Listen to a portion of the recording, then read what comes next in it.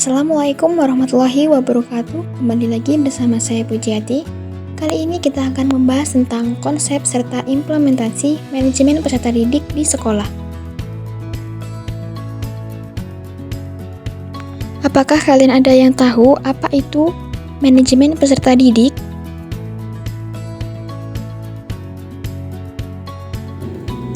Manajemen peserta didik merupakan konsep perencanaan pendidikan yang diukur dari human atau peserta didiknya masing-masing.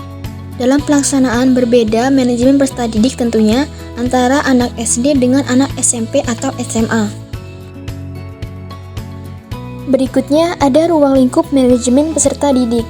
Menurut Fakta 2004 mengatakan bahwa pada dasarnya manajemen peserta didik adalah alat untuk mencapai tujuan pendidikan melalui pengolahan dalam bidang-bidang manajemen peserta didik. Jadi, ruang lingkup atau garapan bidang manajemen peserta didik adalah semua kegiatan yang menjadi saran untuk menunjang kegiatan belajar dan pembelajaran agar tujuan yang telah ditetapkan dapat terwujud dengan efektif dan seefisien mungkin. Berikutnya, ada tujuan dan fungsi manajemen peserta didik. Secara umum, menurut Bahrudin 2014, manajemen peserta didik berarti kegiatan untuk mengatur segala bentuk aktivitas peserta didik agar dapat menunjang proses pembelajaran di sekolah, agar proses tersebut dapat berjalan lancar, tertib, teratur, serta dapat memberikan kontribusi secara nyata terhadap pencapaian tujuan pembelajaran dan tujuan sekolah. Hal ini seperti yang dikemukakan oleh Bahrudin dalam bukunya yang berjudul Manajemen Peserta Didik.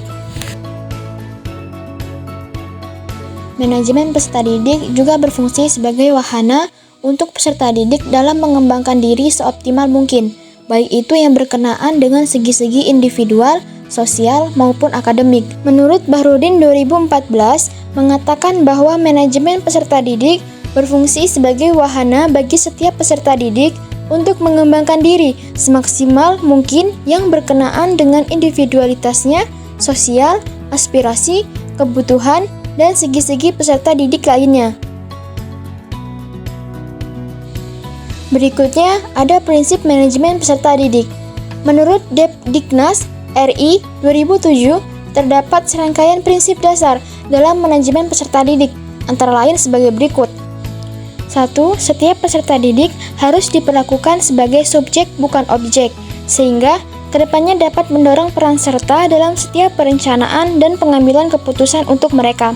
2. Diperlukan wahana yang beragam untuk mengembangkan setiap peserta didik secara optimal, karena setiap peserta didik sangatlah beragam yang ditinjau dari segi fisik, intelektual, sosial ekonomi, minat, bakat, dan seterusnya.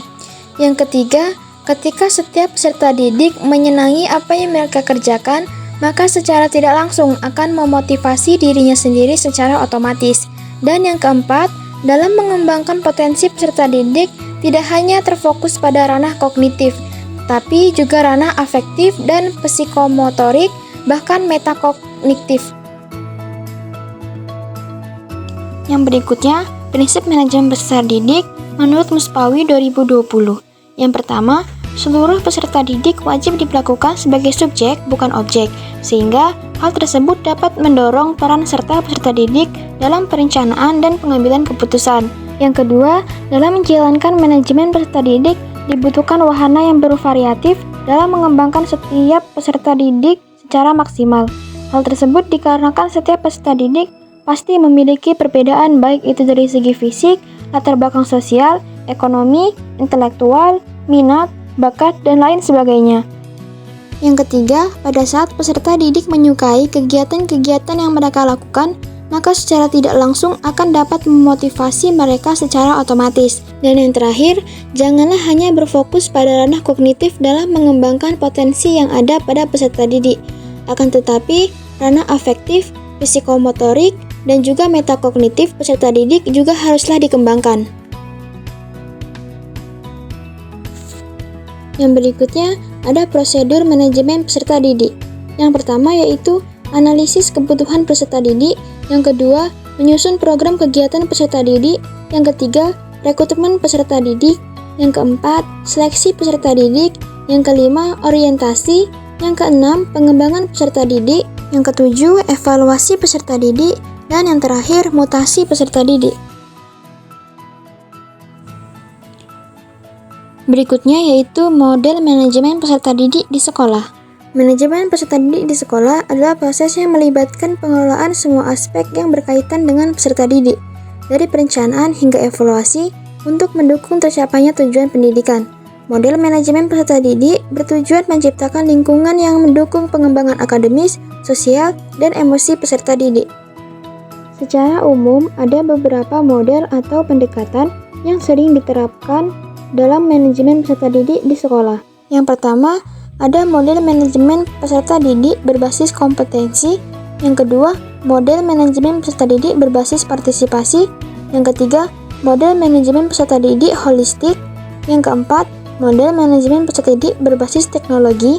Yang kelima, model manajemen peserta didik berbasis pendekatan individual. Dan yang terakhir, model manajemen peserta didik yang terakhir yaitu model manajemen peserta didik yang berbasis komunikasi dan kolaborasi.